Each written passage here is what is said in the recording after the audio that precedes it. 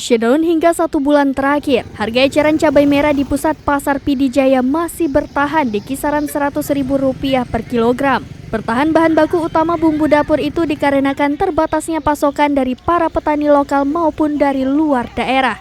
Yartadi, selaku pedagang eceran di Pasar Kedelung Putu, kepada senambinis.com pada Senin 8 Agustus 2022 mengatakan, sudah 4 pekan lebih harga cabai merah masih bertahan di Rp100.000 per kilogram.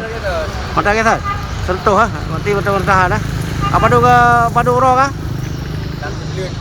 Oh, sebulan terakhir . Selain itu, harga cabai hijau juga masih bertahan di kisaran Rp50.000 per kilogram. Sedangkan harga eceran tomat berkisar antara Rp3.500 sampai Rp4.000 per kilogram.